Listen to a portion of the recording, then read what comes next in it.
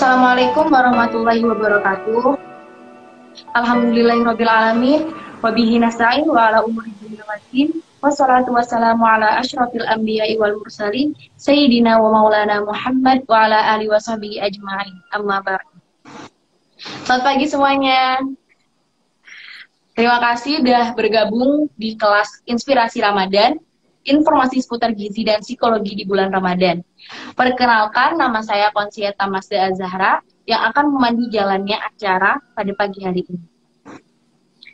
Nah, pada kesempatan kali ini, kita akan membahas fenomena yang saat ini sedang kita hadapi bersama.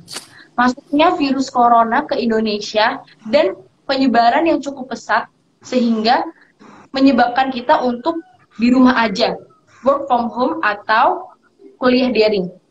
Belum lagi kekhawatiran kita akan terkena paparan virus tersebut ataupun orang terdekat kita yang terkena. Sehingga kerap muncul dampak psikologi apa yang terjadi selama pandemi ini. Fase pertumbuhan diri yang bagaimana yang harus kita lalui di masa pandemi ini. Kebiasaan selama berpuasa apa saja yang mendukung pertumbuhan dan perkembangan potensi diri. Nah, pada kesempatan kali ini, itu semua akan kita bahas pada kelas pagi hari ini. Berpuasa dan bertumbuh.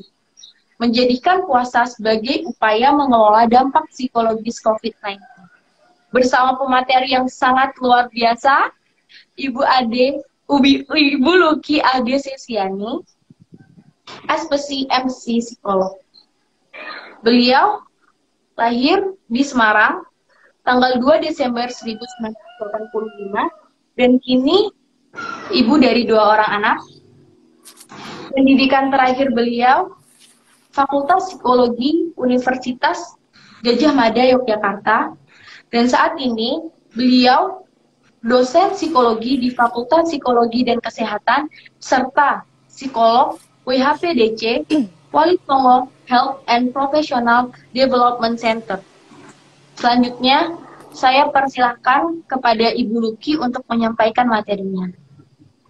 Oke, terima kasih. Kita ngobrol aja ya, nanti sambil ditambahi. Saya sapa dulu. Assalamualaikum warahmatullahi wabarakatuh. Untuk semua yang sudah join, terima kasih sekali sudah join di siaran ini ya. Ini adalah kegiatan teman-teman HMJ luar biasa. Baik, tadi sudah disampaikan pengantar yang sangat baik sekali dari moderator ya Konsieta ya hari ini. Sudah disampaikan apa saja yang mau kita bahas nih hari ini gitu ya.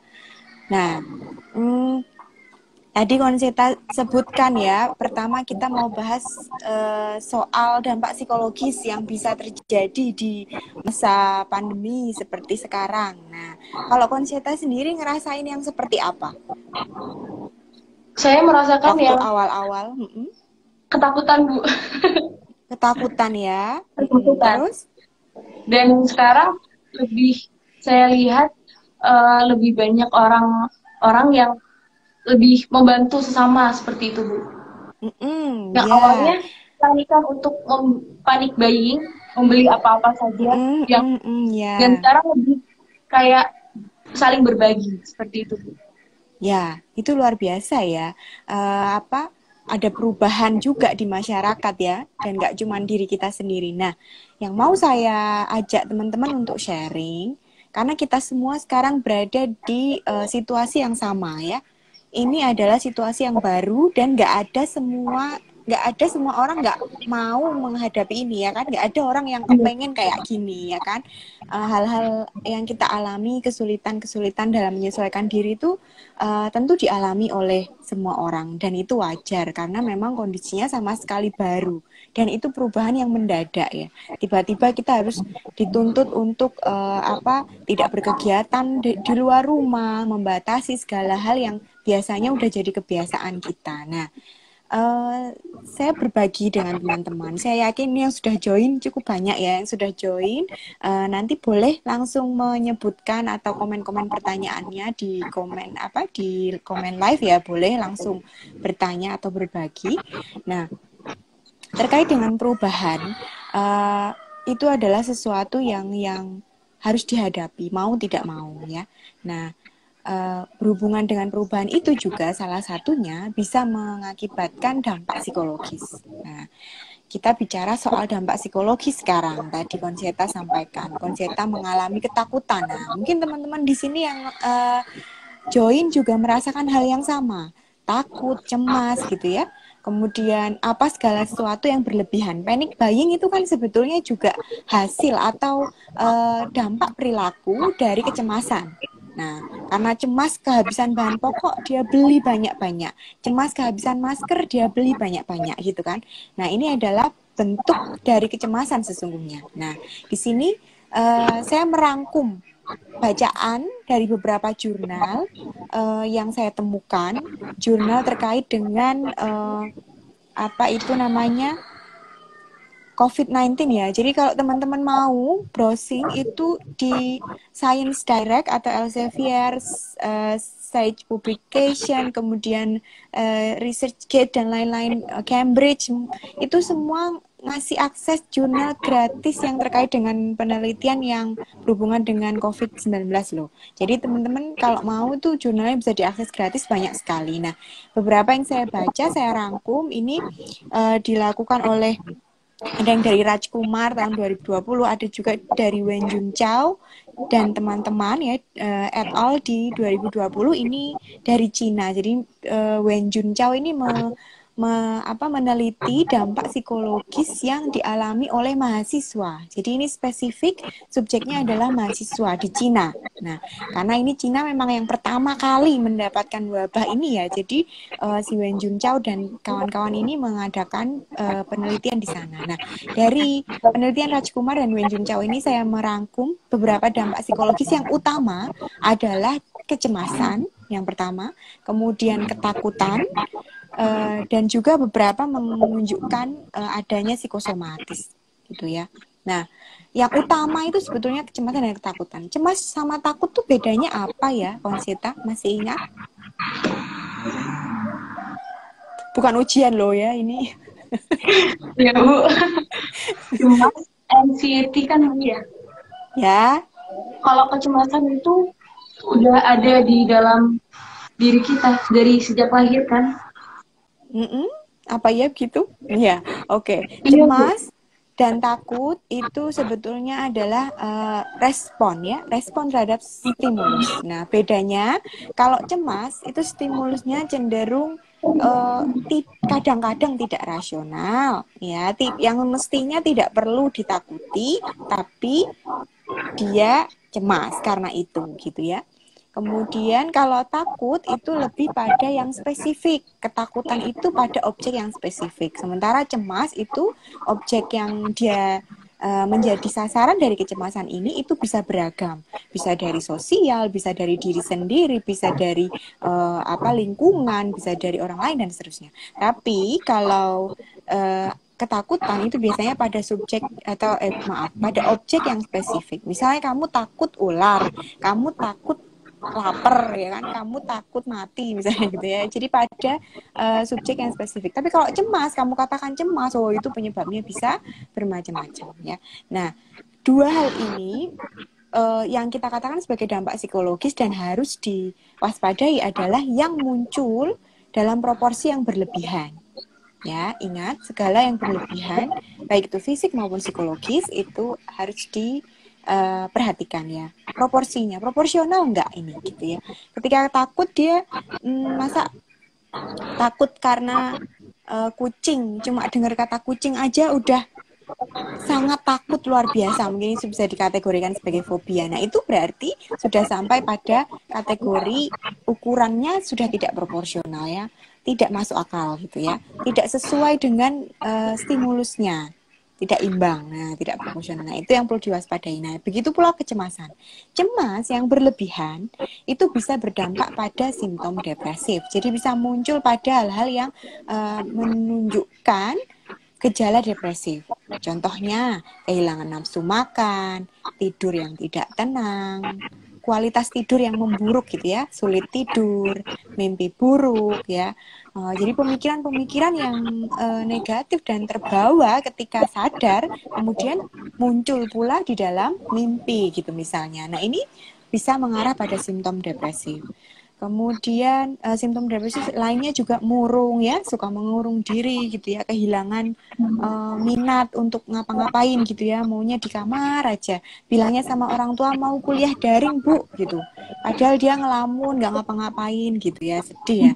Nah murung ya itu adalah bentuk simptom depresi salah satunya contoh. Kemudian ada juga psikosomatis, ini juga bisa lahir dari kecemasan yang berlebihan tadi. Jadi seolah-olah tubuh itu memunculkan gejala-gejala penyakit yang tidak bisa dijelaskan secara medis. Pusing yang tiba-tiba, asam lambung yang tiba-tiba mudah sekali muncul gitu ya, padahal tidak punya riwayat lambung sebelumnya gitu. Kemudian hal-hal lain yang tidak bisa dijelaskan secara medis tapi muncul. Bawaannya pusing, bawaannya pengen muntah, bawaannya pengen pingsan gitu. Misalnya ini adalah bentuk-bentuk psikosomatis yang muncul dari cemasan yang berlebihan tadi ya. Kemudian juga salah satunya makan. Nah, Konsita kalau lagi cemas biasanya banyak makan atau malah nggak nafsu makan? Banyak makan, Bu. Banyak makan. Banyak makan. Banyak makan ya, jatuhnya ke makan, nambah makan ya. Iya. Ya, ini juga salah satu bentuk coping terhadap stresor yang berbeda-beda. Jadi ada orang yang responnya kalau cemas itu makan banyak. Ada yang responnya kalau cemas justru nggak nafsu makan. Ya. Nah ini juga bentuk yang berbeda-beda. Tapi ini sama-sama mungkin muncul sebagai pandemi saat ini. Ya. Nah kemudian dari jurnal yang saya baca, salah satunya juga menyebutkan adanya traumatisasi ya, Ini hal baru ya yang perlu juga kita perhatikan. Ada traumatisasi ternyata, ada efek traumatis yang muncul dari banyaknya pemberitaan, banyaknya lingkungan yang kurang mendukung gitu ya. Memunculkan self distress atau memunculkan stres pada diri seseorang. Ini yang ketakutan berlebihan tadi yang kamu yang kamu bilang tadi, yang kemudian muncul sebagai efek trauma, memunculkan efek trauma sehingga takut betul keluar rumah gitu ya, takut banget sentuhan sama orang, kemudian betul-betul takut sekali ke rumah sakit, takut sekali ke tempat yang baru diberitakan bahwa itu ada yang COVID-19 misalnya, yang disebut dengan efek traumatisasi. Dan disebutkan juga dalam jurnal itu bahwa efek traumatisasi ini banyak muncul pada tenaga medis justru ya, tenaga medis yang banyak memang bersinggungan dengan resiko COVID-19. Nah, itu semua yang saya rangkum dari jurnal yang saya baca terkait dengan dampak psikologis yang mungkin terjadi selama masa pandemi. Nah, terus itu ya, Konsita, itu kurang lebih yang bisa saya rangkum.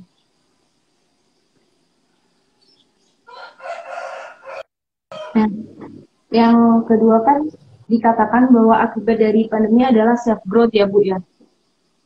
Yang ingin saya tanyakan di sini, apakah self growth yang dimaksudkan itu untuk individu? Oke, tadi selanjutnya yang self growth Bu. Yang fase pertumbuhan diri, self growth selama masa pandemi. Maaf, kurang jelas.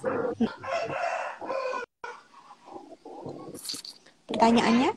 Halo, iya Bu, jelas Bu. Iya. Yang jelas fase sudah. pertumbuhan diri selama masa pandemi. Nah, yang ingin saya tanyakan di sini, apakah self growth yang dimaksudkan itu untuk individu atau secara luas terhadap kehidupan bermasyarakat Bu? Growth. Iya. Oh ya, oke. Ya, nyambung ya ke yang tadi bahwa kita tahu sekarang bahwa dampak psikologis itu banyak macamnya ya, dampak psikologis yang mungkin terjadi itu banyak macamnya. Sementara kita bersama orang-orang lain di sekitar kita ini menghadapi tantangan yang sama. Dalam era pandemi ini kita hadapi tantangan yang sama, maka dampak psikologis tadi itu mungkin dialami oleh siapapun. Ya, bahkan saya yang mungkin memahami tentang dampak-dampak kesehatan mental di era seperti ini, ya. Semua orang berisiko menghadapi dampak psikologis ini.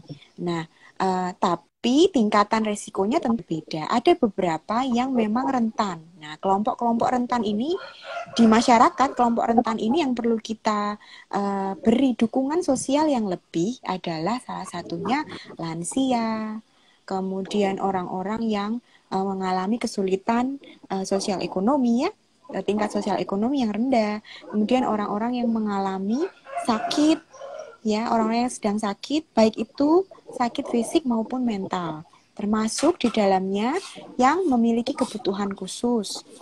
Itu orang-orang yang rentan untuk mengalami dampak ini, ya, untuk memiliki resiko yang lebih tinggi untuk mengalami dampak-dampak ini, ya, karena di situasi yang umum sebelumnya mereka juga sudah mengalami kesulitan, ya, terlebih lagi di situasi seperti ini.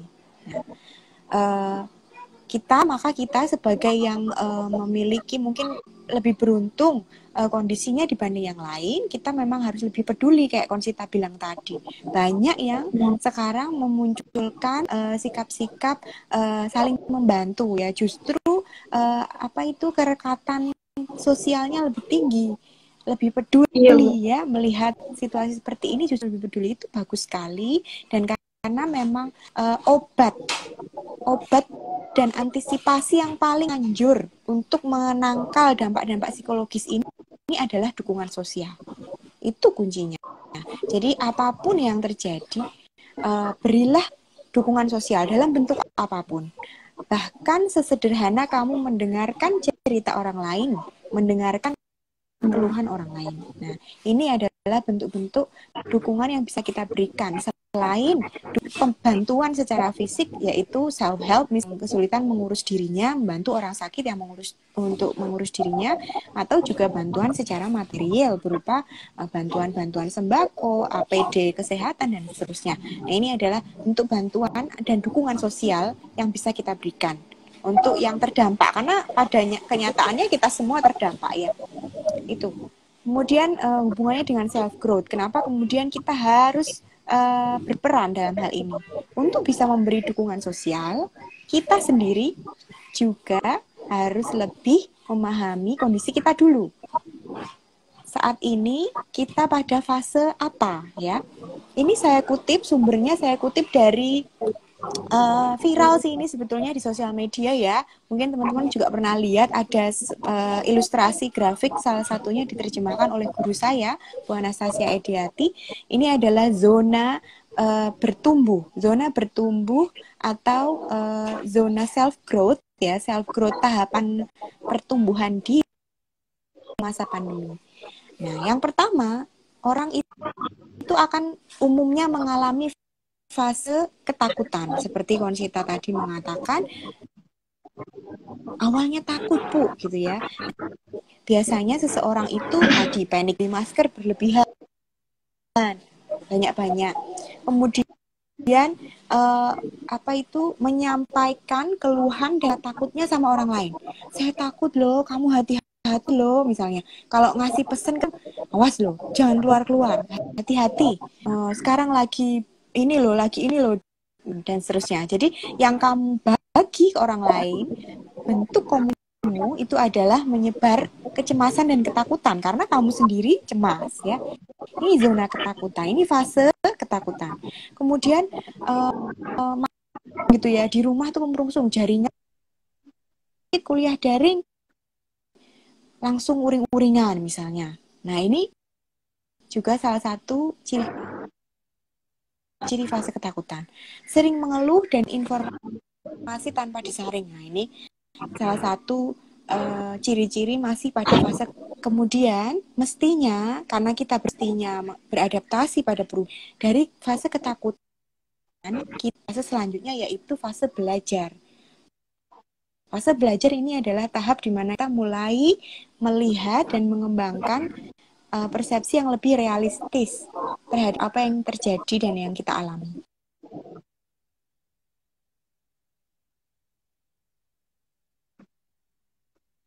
Bu, macet.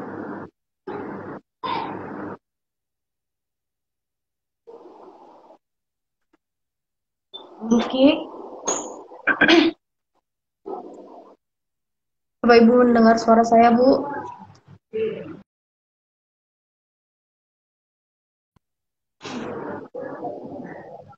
Bentar ya, teman-teman.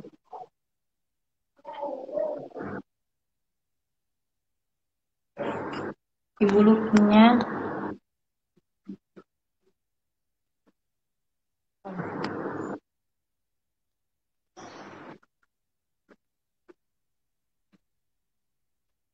Bentar ya, teman-teman.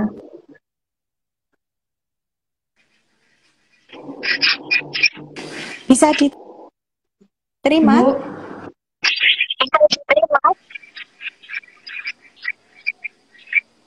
Bisa, Bu. Oke. Lanjut ya. Ibu, kalau misalnya kamu bisa, Bu. Tadi kemudian soalnya. Bisa saya lanjutkan? Iya, Bu, bisa, Bu. Oke, suara saya terdengar?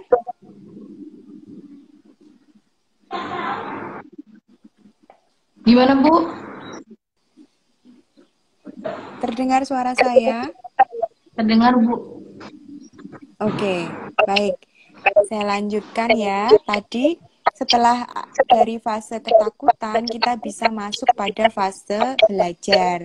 Nah, fase belajar ini memungkinkan seseorang untuk lebih memahami situasi, menyaring informasi, dan tidak lagi tidak lagi menerapkan bentuk komunikasi yang mengeluh, ya.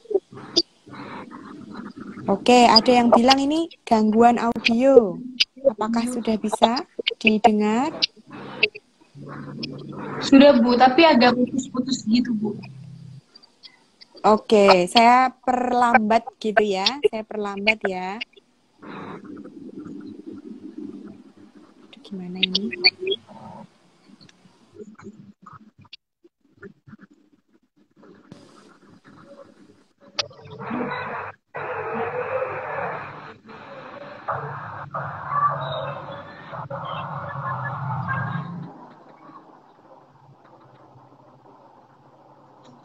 Bu.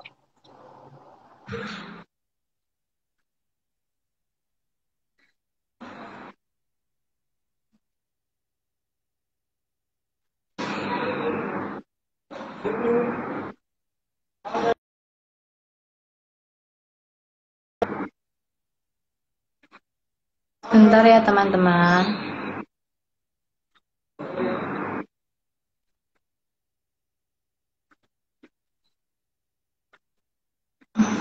Ibu Lukinya lagi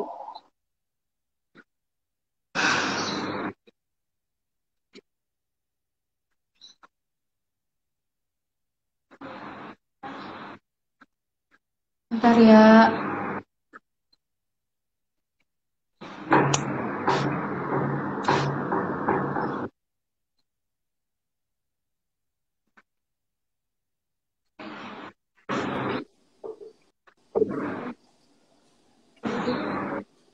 Bisa? Bisa didengar? Halo? Halo, iya Bu, bisa Bu. Ya, oke. Semoga tidak terlalu banyak gangguan ya. Baik, saya lanjutkan. Tadi kita lagi ngomongin fase bertumbuh atau fase self growth pada seseorang yang dialami selama masa pandemi ya. Di awal tadi kita sudah sampaikan mungkin di awal-awal orang akan mengalami ketakutan, disebut dengan zona ketakutan atau fase di mana seseorang takut. Kemudian masuk ke zona belajar. yaitu ketika seseorang mulai berusaha menyadari kondisinya, menyesuaikan diri, dan juga tidak lagi menyebarkan informasi yang justru menimbulkan kecemasan ya. Kemudian di tahapan yang harapannya sudah dialami sebagian besar orang saat ini, yaitu zona bertumbuh. Nah, zona bertumbuh ini dialami ketika seseorang ini sudah mengembangkan pola pikir yang sehat, sehingga perilakunya juga mencerminkan itu. Misalnya sudah sudah tidak lagi fokus pada diri sendiri ya, sudah mulai menunjukkan kepedulian pada orang lain, sudah mulai beradaptasi, menciptakan ritme kehidupan yang baru dan lebih produktif, justru malah jadi lebih kreatif misalnya. Kemudian sudah mulai menemukan ritme ya, kan ini perubahan yang sudah kurang lebih 2 bulan kita hadapi kondisi seperti ini di rumah gitu kan. Nah itu sudah mulai terbentuk rutinitas yang baru. Nah jadi tidak lagi cemas, tidak lagi mengkhawatirkan hal-hal di belakang dan di depan nanti, tapi sudah fokus pada saat ini. Saat ini yang bisa kulakukan apa? Misalnya tadi lebih banyak membaca, misalnya melakukan hal-hal yang disukai, justru menambah keterampilan-keterampilan baru misalnya ya. Ini hal yang baik. Dan bentuk komunikasinya, kalau yang takut tadi bentuk komunikasinya itu ngeluh, kamu telepon sama temenmu ngeluh dan nakut-nakutin, awas loh nanti gini-gini, kamu nggak boleh kemana-mana loh misalnya itu. Terus yang zona selanjutnya sudah lebih tenang, aku kasih drakor yang terbaru dong gitu, kamu kalau bosen ngapain sih misalnya, udah mulai seperti itu. Nah yang zona selanjutnya yang sudah lebih sehat lagi adalah sudah mulai makasih ya kemarin drakor mood itu bagus banget misalnya, terus informasi yang bermanfaat, jadi sudah mulai mengapresiasi banyak hal tuh ya. Nanti kita kalau ketemu ngapain ya enaknya, terus yuk kita fit. Jadi sudah mulai memang kondisinya seperti ini ya, sudah memaksimalkan apa yang bisa dilakukan ya. Itu adalah ciri-ciri pribadi yang bertumbuh, yang sudah selama masa pandemi. Nah, itu Konsyita. Iya, Bu. Terus yang ketiga, kebiasaan selama berpuasa apa saja, Bu, yang mendukung pertumbuhan dan perkembangan potensi diri?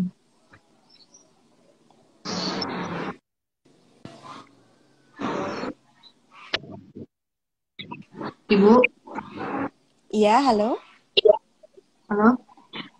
Dan kebiasaan selama berpuasa apa saja, Bu, yang mendukung pertumbuhan dan perkembangan potensi diri? Oh ya, wah, ini menarik sekali pertanyaannya, dan semoga nanti bisa menginspirasi teman-teman untuk harus ngapain sih aku gitu kan. Puasa di rumah terus, nggak boleh kemana-mana. Yang biasanya kalau puasa ngapain teman-teman? Ngabuburit, Bu, sore-sore. Iya, ngabuburit sore-sore, terus buka puasa bareng ya. Biasanya kita seperti itu. Mulai Ramadan, bahkan mulai Ramadan 1 aja udah di list tuh acara buka puasa bareng siapa, acara-acara bukber banyak biasanya. Nah, sekarang kita harus di rumah. Buka barengnya virtual nih, nanti pakai Zoom gitu apa video call ya.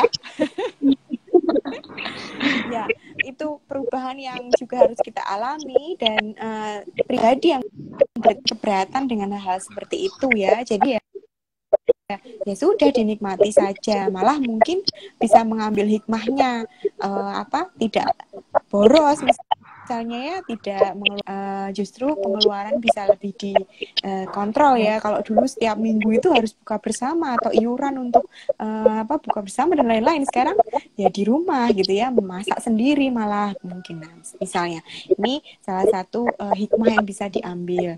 Nah terus kalau tadi Konsyita bertanya tentang apa saja kebiasaan puasa yang bisa mendukung kita untuk bertumbuh ya.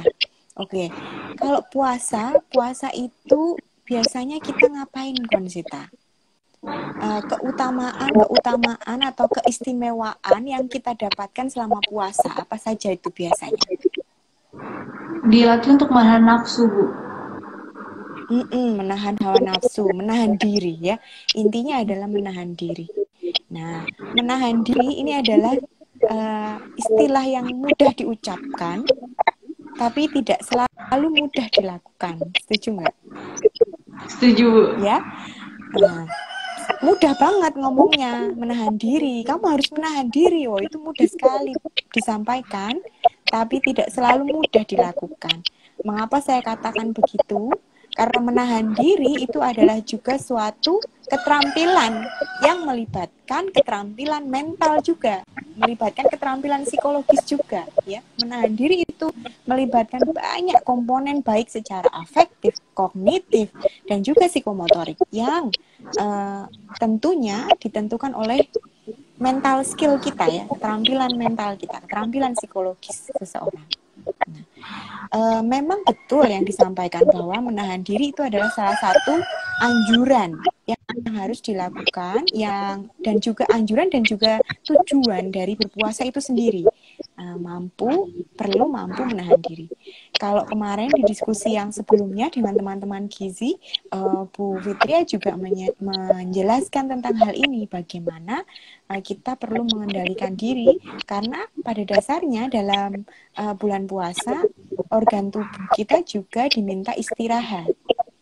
Diminta untuk istirahat, sementara untuk kemudian lebih bisa mengatur ritme metabolisme dengan lebih baik. Itu yang saya tangkap. Jadi artinya semua butuh jeda, baik itu fisik maupun psikologis.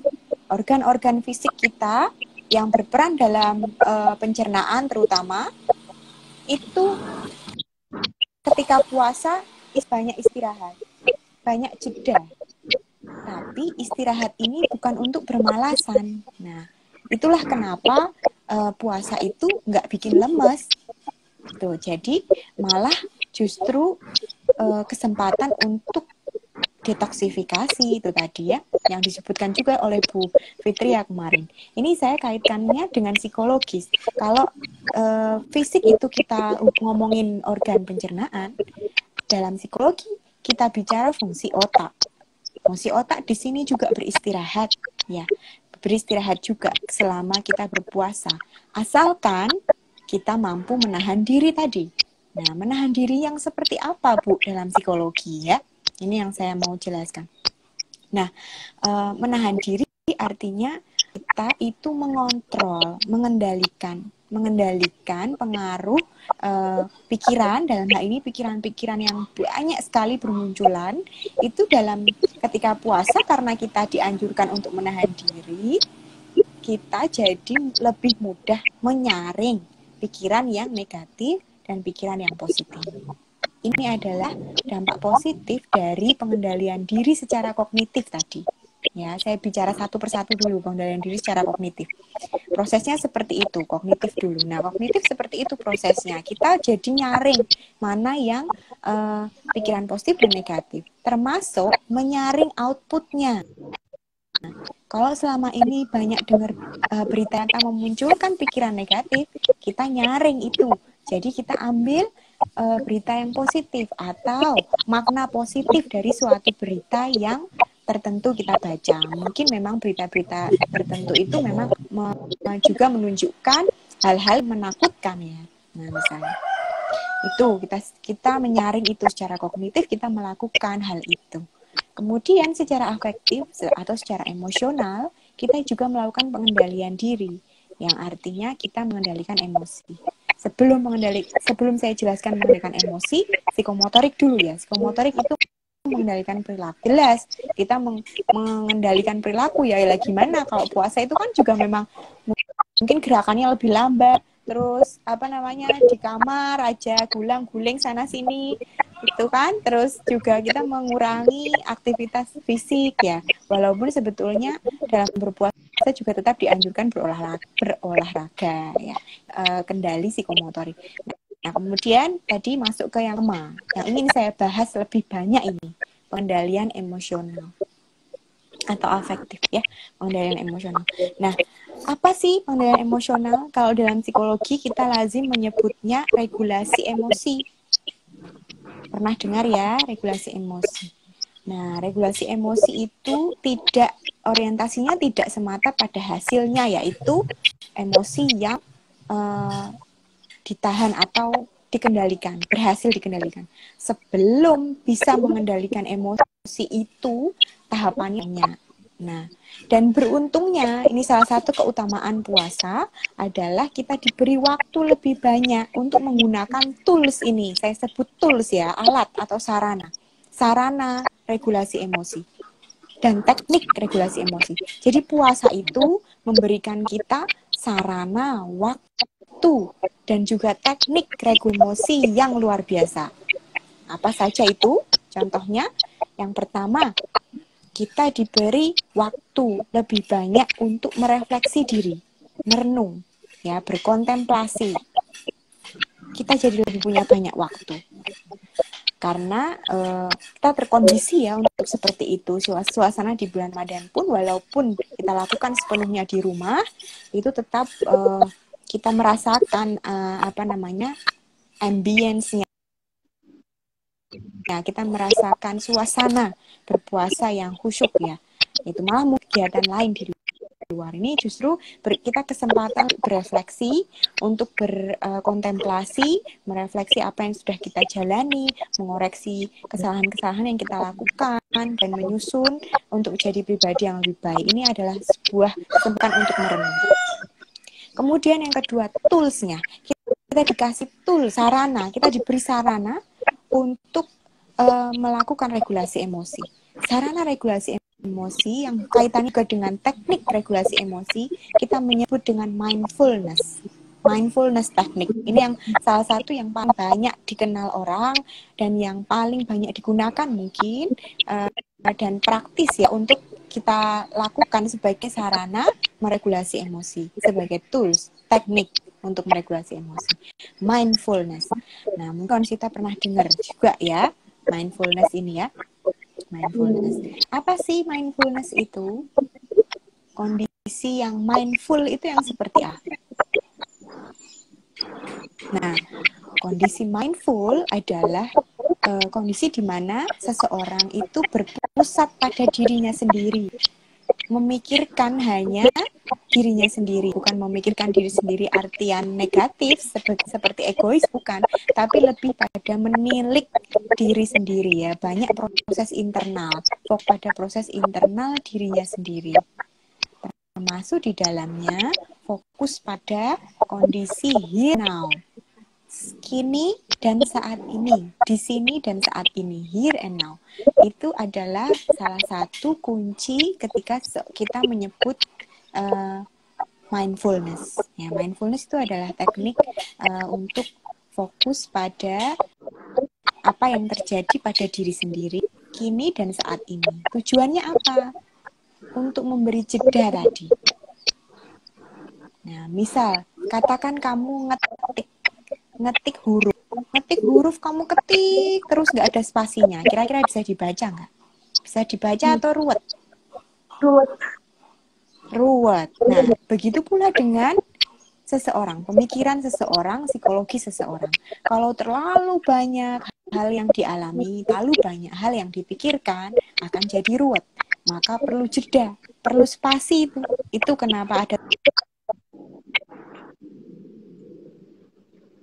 di keyboard itu selalu paling besar dan panjang ya, karena memang itu perlu, itu penting, harus bisa diakses dari manapun, tangan kiri maupun tangan kanan gitu kan. Isinya jeda. Nah, jeda mindfulness ini untuk memberi jeda pada pikiran kita dengan kita melihat dan menyaring kembali,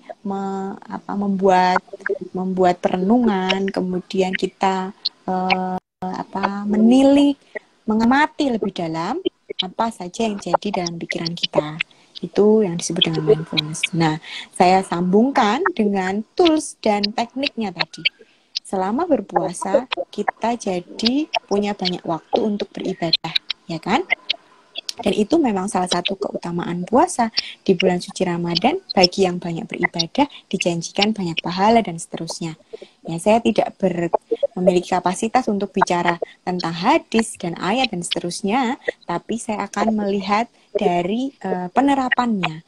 Bagaimana dampak psikologisnya, efeknya secara psikologis ketika ritual beribadah ini kita lakukan. Karena memang ini sangat berkaitan dengan mindfulness tadi. Ya, mindfulness yang bisa kita lakukan selama berpuasa itu bisa melalui zikir, tadarus, kemudian berdoa bahkan setiap kali selesai sholat, membaca Al-Quran, itu juga bentuk-bentuk mindfulness, bentuk-bentuk latihan mindfulness yang bisa diterapkan. Ini saya pernah membaca bahwa inilah yang dilakukan oleh Al-Ghazali. Ya, selama yang ritual peribadatan yang beliau lakukan untuk kemudian menghasilkan kondisi yang mindful tadi. Nah, indikatornya, kalau kamu sudah berhasil melakukan mindful, indikatornya adalah sholatmu lebih khusyuk, tidak gampang lupa, punya banyak ide baru gitu ya, punya terinspirasi hal-hal yang baru, dan lebih kreatif, lebih produktif. Itu tanda-tanda orang yang sudah berhasil menerapkan regulasi emosi dan juga menerapkan teknik mindfulness. Nah, itu ya beberapa yang bisa kita lakukan. Keutamaan puasa dikaitkan dengan kesempatan kita untuk bertumbuh menjadi pribadi yang lebih terkendali, lebih sehat secara mental maupun emosional. Seperti itu. Untuk teman-teman, adakah yang ingin bertanya? Ya, oke. Kita buka sesi pertanyaan. Banyak ya penjelasannya, nanti bisa dilanjutkan pertanyaan. Monggo. Banyak ya ternyata yang join, tapi tadi karena on off, beberapa tidak terlihat lagi di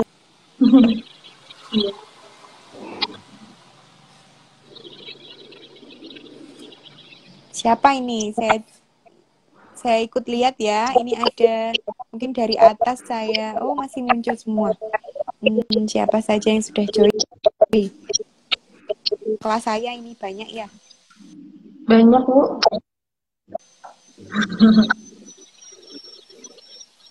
Halo, ini ada Pak Dekan. Assalamualaikum Pak Dekan. Pak Dekan sudah join. Kemudian Pak Rektor. Pak Rektor juga join live. Matur nuwun Bapak supportnya. Siapa ini? Ada Rafina, ada Muammar Kadafi, Rizky, dan seterusnya. Adibah, Riviana. Oh, Bu Ketua HMC ya. Ya. Oke. Baik, sampai ke Farel ini ketua. Apa ini Farel ketua Dema ya? Presiden Dema. Oh iya, presiden. Oke. Boleh teman-teman yang mau bertanya. Pak, mungkin Konsita mau bertanya. Bentar, Bu.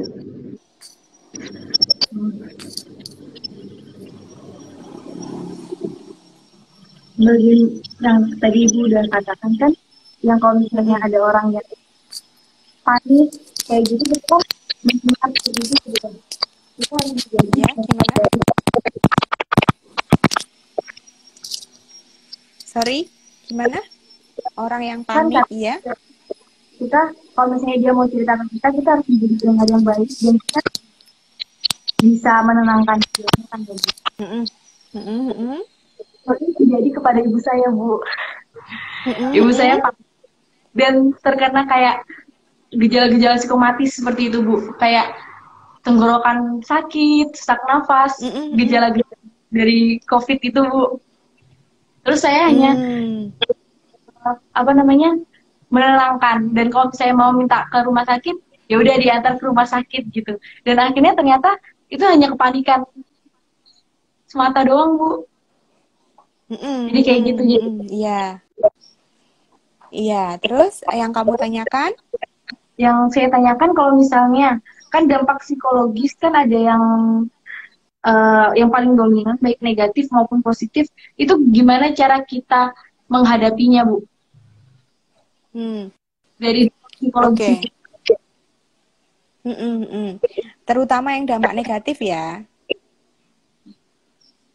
Ya, oke. Tadi saya sudah jelaskan di awal.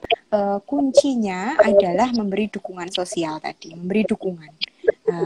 Mungkin kita sebut dukungan psikologis ya. Kalau terhadap orang tua ya tentu lebih dari dukungan psikologis, bahkan ikut mengantar ke rumah sakit misalnya dan seterusnya. Nah, dukungan psikologis ini artinya kamu memahami apa yang terjadi pada ibu. Ibu cemas misalnya ya. Nah, kamu berempati saja, melakukan refleksi empati, menunjukkan empatimu bahwa ibu cemas ya bu, ya sih bu kalau lihat berita terus emang Deni ya bu gitu misalnya, emang bikin takut ya bu gitu. Makanya kalau kita ya paling bisa ya di rumah bu, kalau kita udah di rumah udah jaga kebersihan, nggak kontak sama orang, mengurangi kontak dengan orang lain, apalagi orang-orang yang kita nggak tanya dari mana, insya Allah aman bu, gitu ya misalnya. Itu kan sebuah fakta yang kamu sampaikan kepada ibu gitu ya, bahwa bukan berarti kamu tidak setuju dengan apa yang disampaikan, bukan berarti kamu langsung memberikan judgement bahwa kekhawatiran ibu itu tidak beralasan, tapi kamu justru memberikan faktanya. Ini loh bu, kamu misalnya ibu Mbak, ibu tuh baca berita tentang ini misalnya, jadi takut misalnya. Nah, kamu cari berita lain yang menunjukkan bahwa itu tidak semuanya benar. Jadi kamu juga lawan dengan fakta ya. Jadi ini loh bu, berita yang seperti ini sumbernya percaya. Jadi yang benar tuh begini-begini gitu. Artinya ada kesempatan untuk ibu informasi, dan itu datangnya dari anaknya sendiri kan, artinya ada fakta yang kamu sampaikan, bukan sifat menyalahkan gitu. Ayo, siapa lagi yang mau bertanya?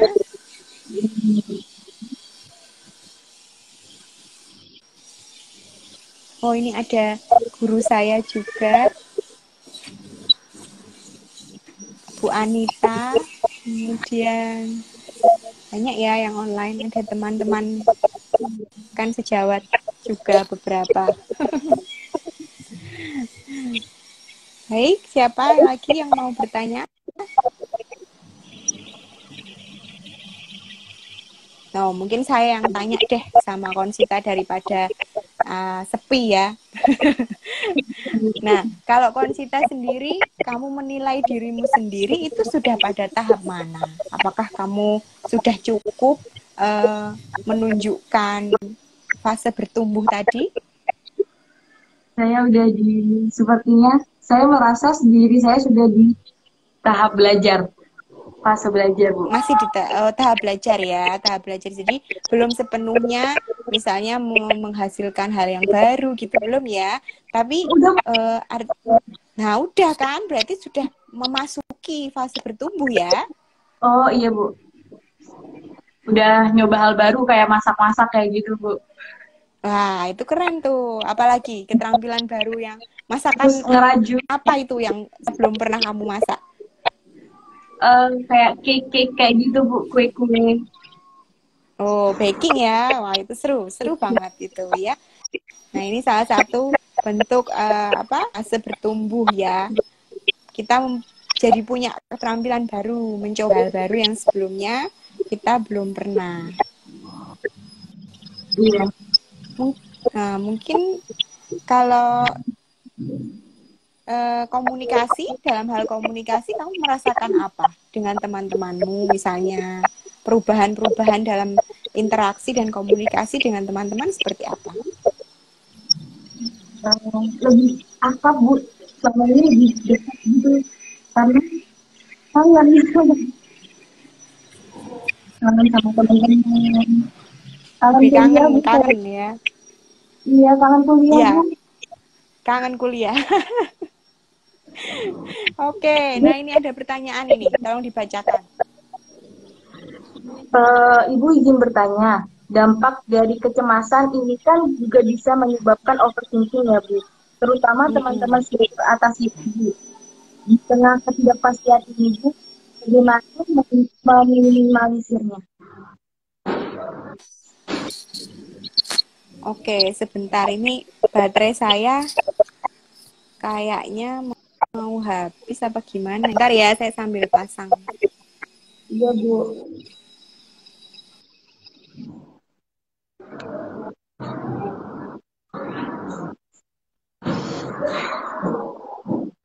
Terima kasih, Aulia. Bertanya soal bagaimana apa Minimalisir. namanya meminimalisir overthinking. Ya, benar sekali pertanyaannya. Dan overthinking ini juga menjadi fenomena ya. Um, dan juga istilah yang sering digunakan sekarang sama teman-teman yang apa anak-anak zaman now itu sering pakai aduh kamu jangan overthinking misalnya itu ya. Apa sih sebetulnya overthinking itu ya? Kalau tadi dihubungkan dengan penjelasan saya di awal, overthinking ini berarti masuknya pada apa? Bentuk perilaku yang cemas, takut, atau traumatis, atau psikosomatis. Lemas. Cemas ya, betul sekali. Nah, ini overthinking ini adalah salah satu bentuk kecemasan. Nah, munculnya pemikiran-pemikiran yang berlebih, yang negatif, pemikiran negatif yang berlebihan karena cemas yang berlebihan. Cemas yang berlebihan memicu munculnya pemikiran yang tidak masuk akal. Dan juga sebaliknya, pemikiran yang tidak masuk akal menimbulkan kecemasan yang berlebihan. Nah, overthinking itu hubungannya dengan itu. Jadi banyaknya pemikiran-pemikiran kita inginkan lalu sulit dikendalikan. Munculnya sulit dikendalikan. Nah, yang perlu kamu tahu adalah sebabnya dulu. Apa sebabnya? Saya menjawab dengan hasil penelitian tadi ya. Hasil penelitiannya Wen Jun Chao tadi di Cina tadi. Nah, nanti kalau mau jurnalnya boleh japri saya, nanti saya kirim jurnalnya. Ini disebutkan bahwa ada beberapa stresor atau sumber kecemasan yang paling banyak ditemui pada mahasiswa. Karena penelitian ini subjeknya adalah mahasiswa. Ya. Nah, di sini ada tiga, ada tiga, ada tiga hal, ada tiga hal yang menimbulkan kecemasan pada mahasiswa. Yang pertama, kecemasan terhadap dampak ekonominya. Dampak ekonomi. Yang pertama, kecemasan tentang dampak ekonomi pandemi, gitu ya. Nah, mungkin maksudnya ke teman-teman semester atas ini, kalau dikaitkan adalah nanti kalau membayar UKT makin lama, ya kan, masa kuliahnya makin lama, bayar UKT terus. Nah, itu adalah sumber stresnya. Terus yang kedua, sumber stresnya bisa karena permasalahan akademik. Misalnya, aduh lah, terus kapan selesainya kuliahku? Nanti tertunda skripsiku dan seterusnya. Mata kuliahku tidak ada praktikumnya, ya kan? Mata kuliah yang ada alat tes psikologi jadi terhambat praktikumnya. Misalnya. Ini lalu nanti gimana? Nah, ini adalah sumber-sumber stresnya. Selanjutnya juga berkaitan dengan keseharian. Kalau nanti aku terlalu lama di rumah kayak gini, nanti waktunya kuliah aku jadi lambat atau jadi males, jadi apa itu namanya? Jadi ya jadi lebih lambat ngapa-ngapain gitu karena kebiasaan kelamaan di rumah atau males jadinya kuliahnya misalnya. Ini mungkin menjadi sumber stres. Coba refleksi Aulia, apakah ini betul menjadi salah satu sumber stresnya atau semuanya? Nah, kalau semuanya, kamu melihat mana yang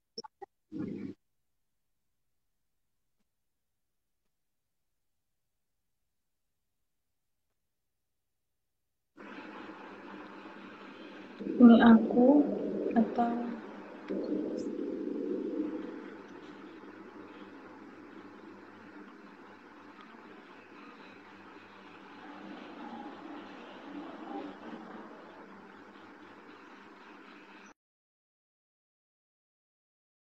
teman. Sebentar ya.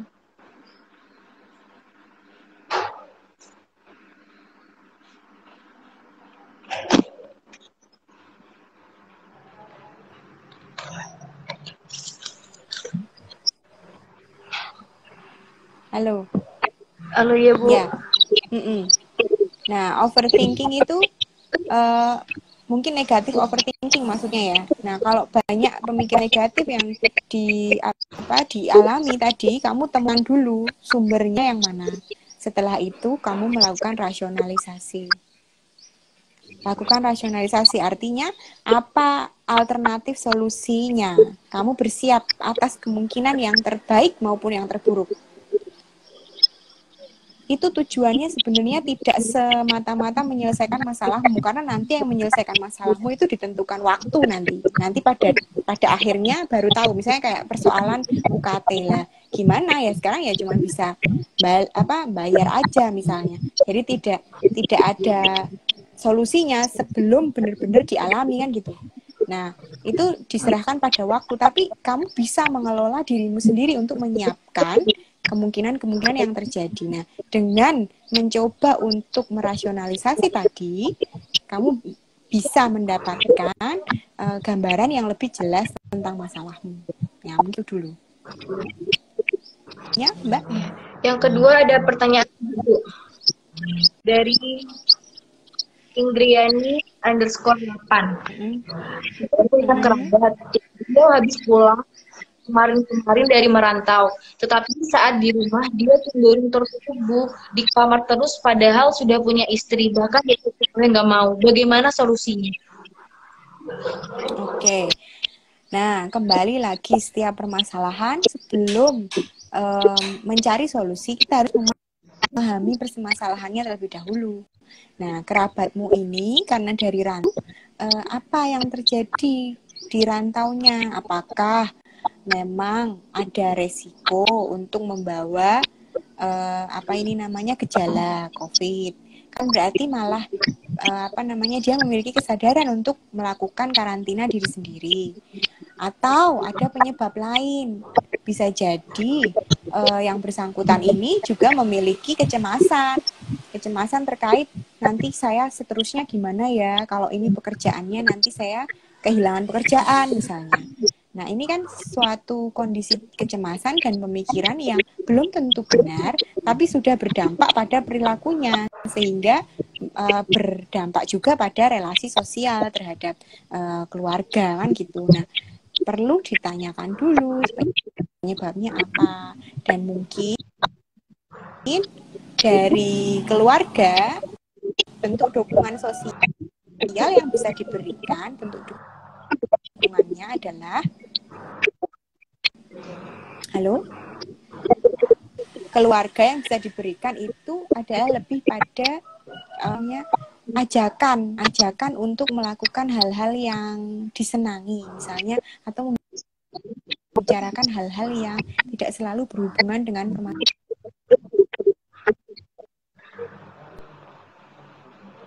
Jadi tidak banyak tuntutan. Justru misalnya dia tidak mau terawih, ya jangan terus dituntut untuk gimana toh kalau nggak mau terawih gitu, menyalahkan ya. Jadi menghindari bentuk-bentuk komunikasi yang menuntut judgement gitu. Mungkin begitu ya Indriani untuk perlakuan pertama, respon pertama yang bisa dilakukan dengan kerabatnya ini. Yang ketiga ada pertanyaan dari Radit _808. Izin untuk Mas Radit _808.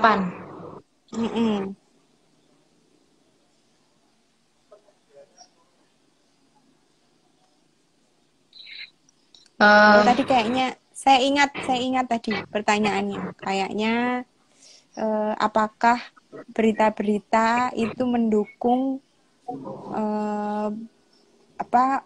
masyarakat Indonesia untuk bertumbuh, kayaknya kayak gitu pertanyaannya. Ya nggak sih? Ya nggak, Radit? Ya. berita itu tidak semua ya, tidak semua berita mendukung pertumbuhan ini, tapi kita harus pinter nyaring memang. Kita harus pinter menyaring berita-berita yang berhubungan dengan itu. Nah, kamu ingat saja tadi karakter fase bertumbuh tadi atau indikator seseorang yang mampu bertumbuh secara psikologis itu yang seperti apa? Salah satunya adalah tidak lagi berbagi komunikasi atau tidak lagi berkomunikasi dengan cara kecemasan gitu kan ya. Terus lebih banyak lebih banyak men-share informasi-informasi yang mendukung perkembangan diri seseorang, pengembangan diri seseorang, misalnya ya tadi keterampilan-keterampilan baru atau kemudian yang bersifat hiburan. Intinya sih hiburan, pengembangan diri itu ya. Jadi tidak melulu fokus pada psiko atau yang lain-lain, atau kemudian malah justru berita yang provokatif yang artinya misalnya mengkritik pemerintah atau mengkritik pihak-pihak tertentu yang dianggap tidak berkompeten menangani atau lain-lain. Itu sesuatu yang kita perlu saring. Kadang-kadang headline juga bunyinya itu kan provokatif ya. Terkadang headline bunyinya provokatif. Misalnya rapid test gagal mendeteksi apa segala macam misalnya, itu kan ya, ataupun kata-kata yang lain ya, saya tidak menunjuk berita tertentu, tapi artinya bisa saja kata-kata itu menimbulkan persepsi yang negatif pada diri kita, yang kemudian ini toh memang pemerintah Indonesia itu nggak becus misalnya, memang kok kepala pemerintahan siapa gitu lebih bagus daripada yang ini dan seterusnya. Nah, kalau terus-menerus mencari celah untuk mengeluh, mengkritik tanpa kemudian berbuat sesuatu yang nyata, itu hasilnya, dampaknya kita secara psikologis akan rasakan sendiri bahwa itu sama sekali nggak enak ya. Yang kita bisanya cuman gerundel kalau bahasa Jawa ya. Bisanya cuman ngomel gitu ya, bisanya cuman menggerutu ya, bisanya cuman mengkritisi situasi tanpa berbuat yang nyata. Nah, menurut saya justru banyak hal yang bisa kita lakukan, termasuk salah satunya tadi bersedekah gitu ya, berbagi dengan orang lain, itu salah satu yang punya healing ya, punya efek healing ya, punya efek untuk menyembuhkan. Artinya kita jadi memahami dan menyadari bahwa ada kondisi yang lebih tidak beruntung, ada kondisi yang lebih tidak diuntungkan dibandingkan kita. Itu kan salah satunya seperti itu. Lebih baik fokus pada yang seperti itu, berita-berita atau tayangan-tayangan yang bersifat seperti itu. Kalaupun mau nonton berita ya bagus karena untuk update informasi, tapi juga harus nyaring berita mana yang sekiranya memang berdasarkan fakta gitu. Ya gitu ya Radit. Terus tadi ada lagi pertanyaan apa ya? Terus nggak kelihatan deh. Iya, langsung terputus. Iya, putus gitu ya. Radit semua menjawab. Baik, yang mau nanya lagi, monggo silakan, masih bisa, karena tadi ada satu yang bisa mengulang pertanyaannya barangkali.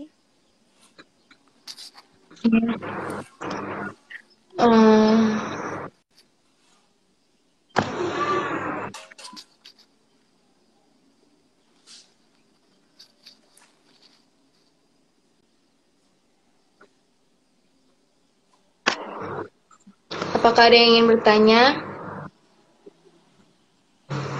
Ya, mungkin masih tahap rekoneksi ya ini, karena tadi juga saya niatnya mau ganti koneksi pakai provider lain, tapi malah juga tadi mungkin transisinya jadi agak lama, kok malah nggak nyambung. Nah, sudahlah, saya kembali ke koneksi yang awal. Mohon maaf atas ini ya, gangguan teknisnya ya. Tadi memang dari Instagramnya Bu, di atas tadi udah ada waktu tersisa berapa detik gitu. Oh gitu, jadi ada Iya, batasan siaran ya mungkin. iya, iya, Bu. Oh, berarti itu setelah berapa lama ya? Mungkin 1 jam ya? Setelah satu Satu jam jam. kayaknya ya.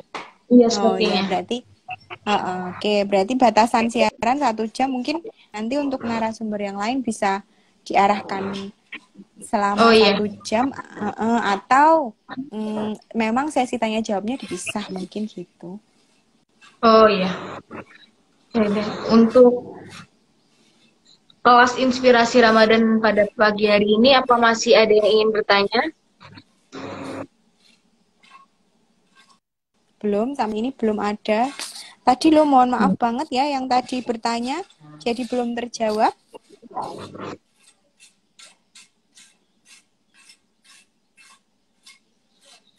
Kamu ingat nggak tadi Mbak pertanyaannya? Nggak ingat ya? Saya ingatnya yang terakhir cuman yang Mas Radit itu aja. Oke, coba saya buka di ini ya, di gadget yang lain ya, coba ya. Kan ada rekaman siaran sebelumnya ya, mungkin Iya. bisa dilihat di situ.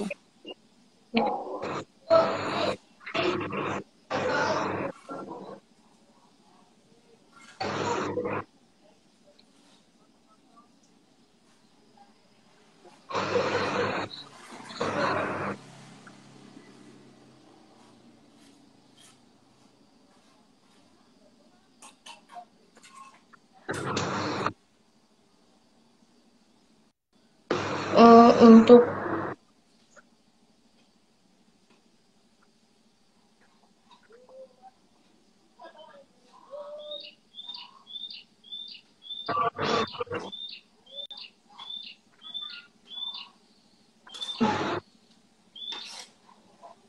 sepertinya kalau kita masih ini nggak bisa buka yang live sebelumnya Nggak deh, bi- Bu. oh gitu ya, nggak bisa ya. Iya. Oke deh. Oh ya Indri tadi sudah bertanya. Oke, sama-sama. Tadi siapa ya yang bertanya untuk bisa mengulangi pertanyaannya? Atau mungkin ada teman-teman di sini yang ingat tadi pertanyaannya apa?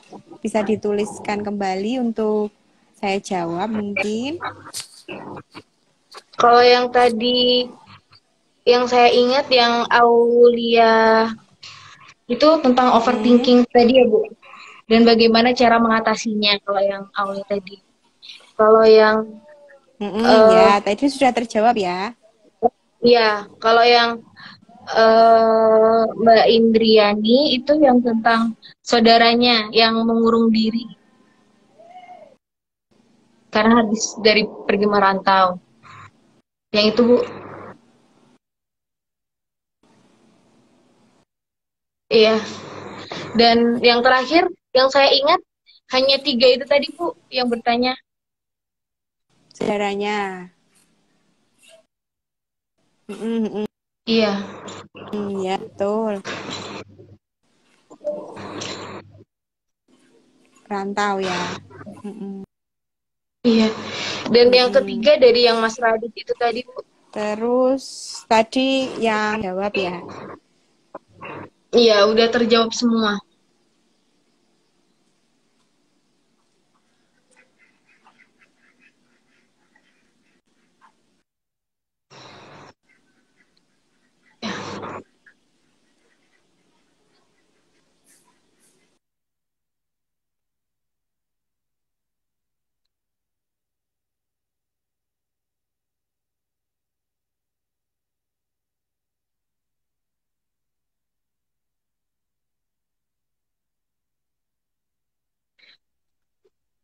Ada yang ingin bertanya lagi?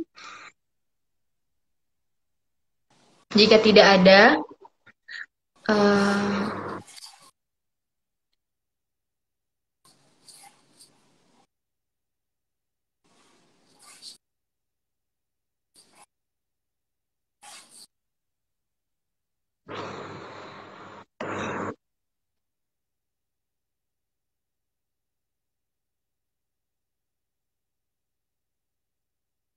ya teman-teman,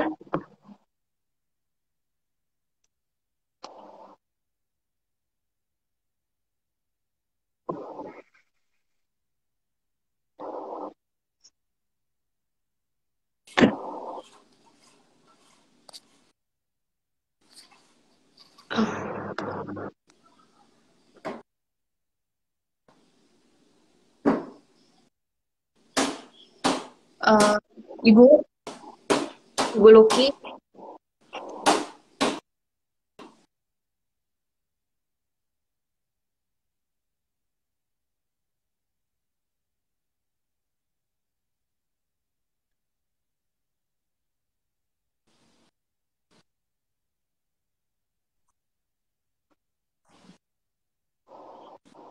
Ibu Luki,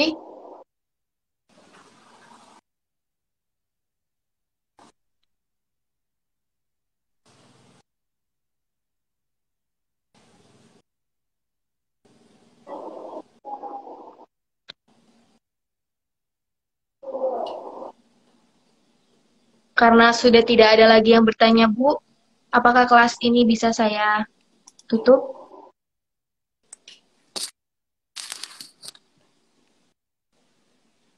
Halo? Halo ya, Bu.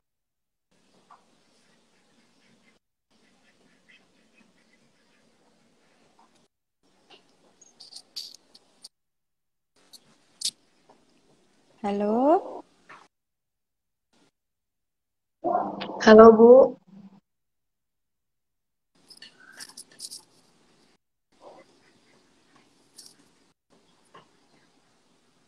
Halo, Ibu.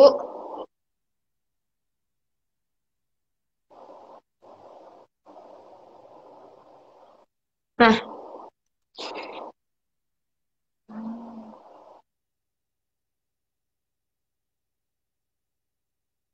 Ibu,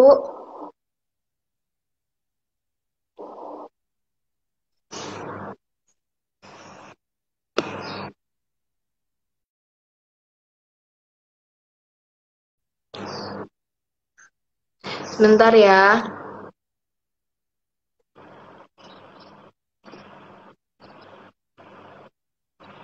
Untuk pertanyaan dari Mbak Repiana, underscore.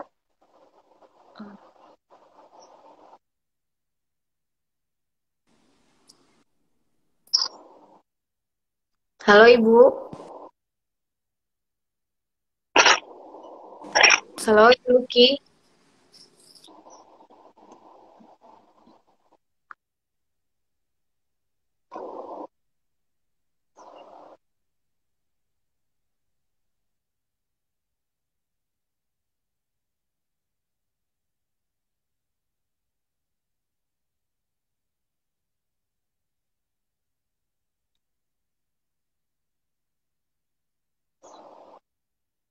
Bentar ya.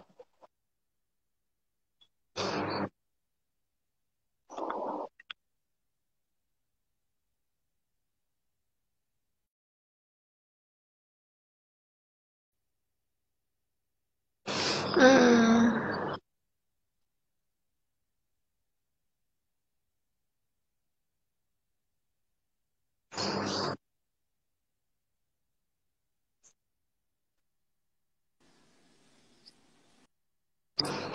Halo, Ibu. Halo? Halo. Halo, Ini halo, ada satu pertanyaan lagi, Bu. halo. Dari Repiana underscore.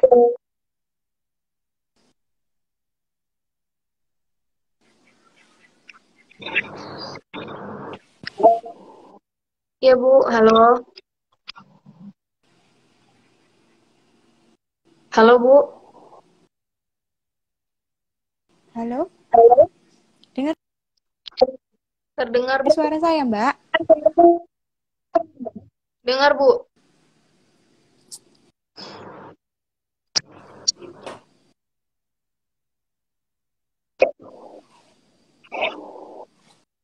Ibu di sini. Halo, Ibu.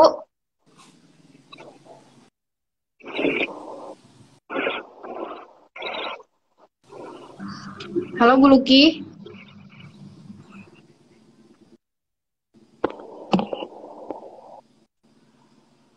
Terdengar, Bu.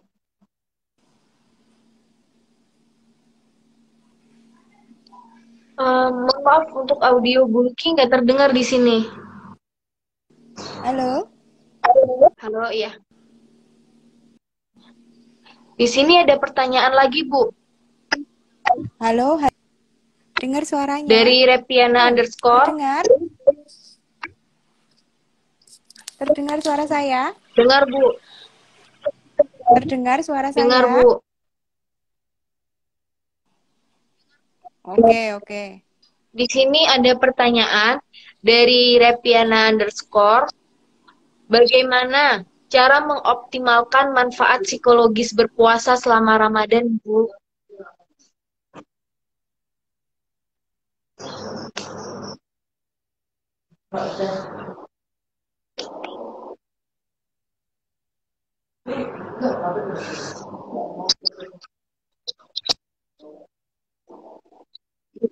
Mm-mm. Ya, terdengar? Suara saya terdengar? Halo, cek. Halo, cek. Dengar ya, Mbak? Terdengar.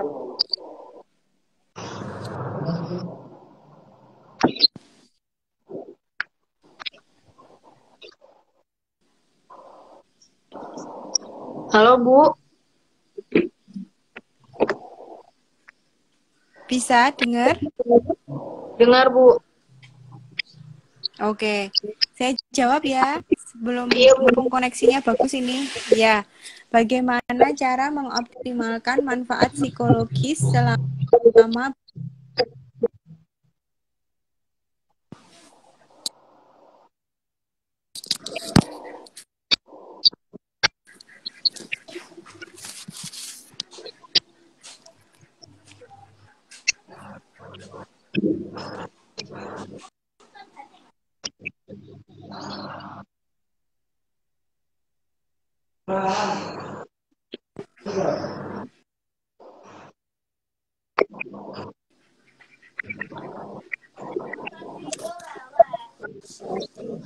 Halo, sudah terdengar? Sudah? Terdengar. Sudah ya? Sudah, Bu.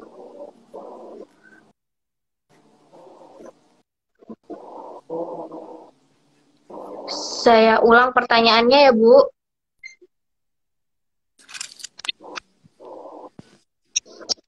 Ya, oke. Saya mau jawab pertanyaan yang tadi mengoptimalkan eh, mengoptimalkan apa tadi, Mbak?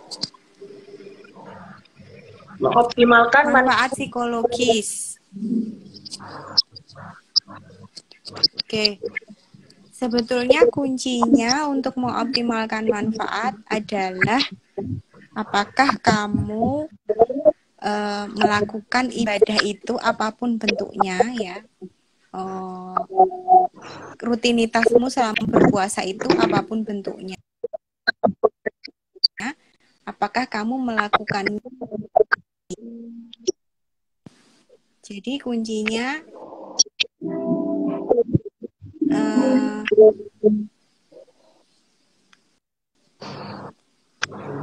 ibadah puasamu kamu atau kamu jadikan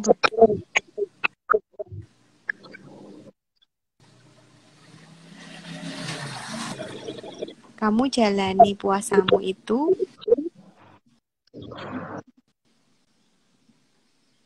apakah sepenuh hati, tulus, ikhlas atau penuh beban gitu, karena situasi juga sedang seperti ini gitu kan. Nah, kalau sudah seperti itu, sekecil apapun yang kamu lakukan itu kamu pasti akan rasakan efek positifnya ya.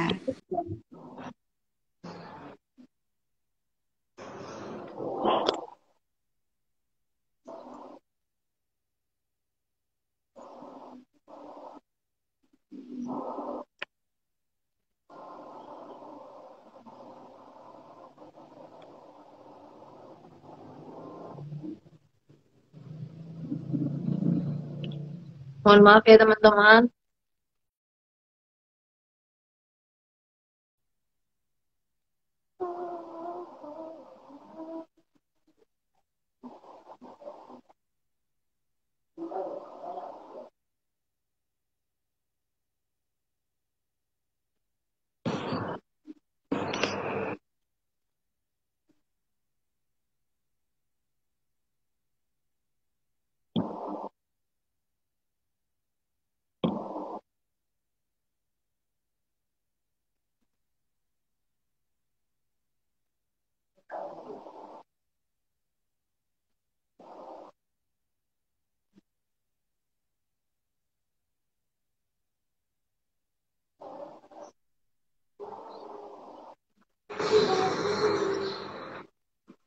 Bentar ya.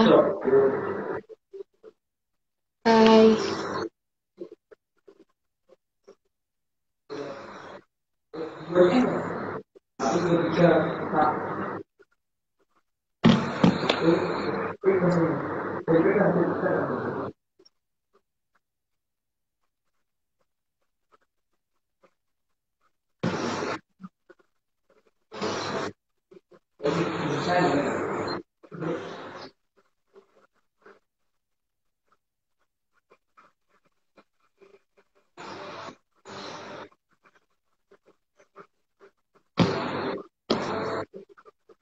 Hai, Avani.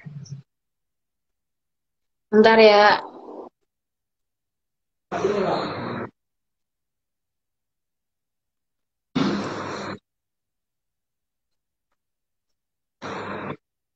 Hmm,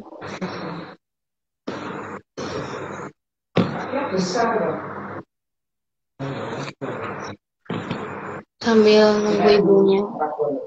Kita nunggu ibunya dulu ya.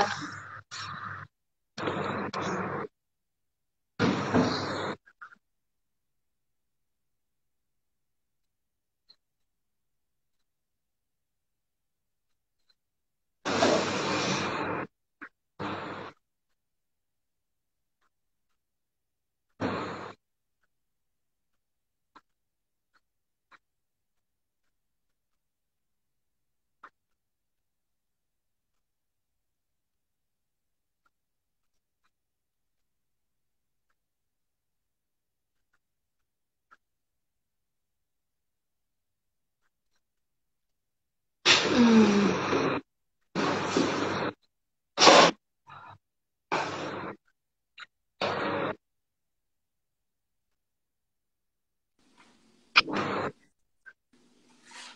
Bu, Halo, halo. Dengar suara saya, Mbak? besok Bu.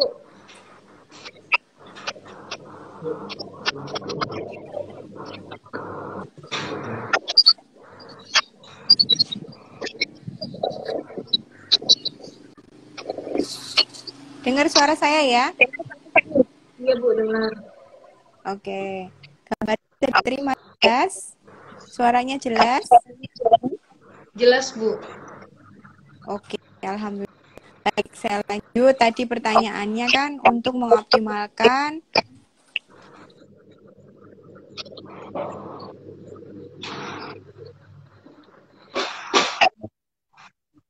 Bu tadi. Manfaat psikologis.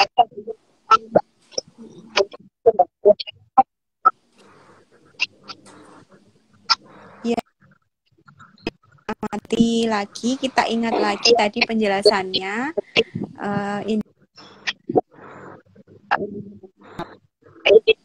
Itu kan salah satunya adalah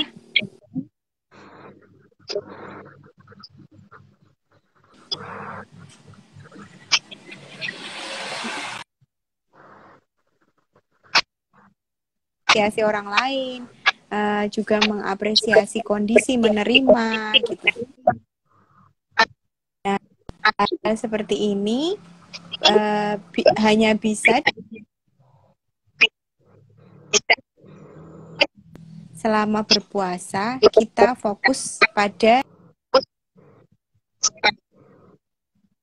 ini dan saat ini tadi ya. Jadi fokusnya pada apa-apa saja ini, mau apa ya, rutinitas setiap hari ya, misalnya melakukan ibadah harus dilakukan, kuliah daring, masak apa nanti sore dan seterusnya. Jadi fokus. Nah, kalau sudah demikian,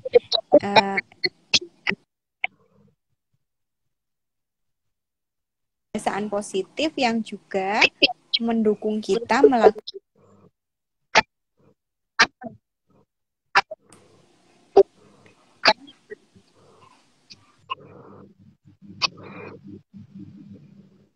emosi dan mampu menerapkan mindfulness, itu ibadahnya akan menjadi semakin khusyuk.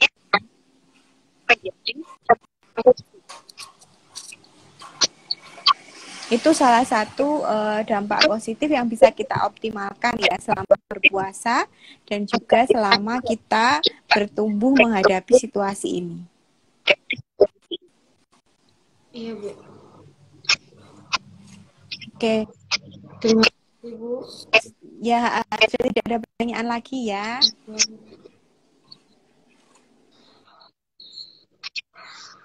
Baik, karena sudah tidak ada yang tanya, Bu, apakah Bu Luki mau menambahkan materi lagi? Cukup, Mbak. Cukup mungkin penutup ya. Penutup aja ya. Iya.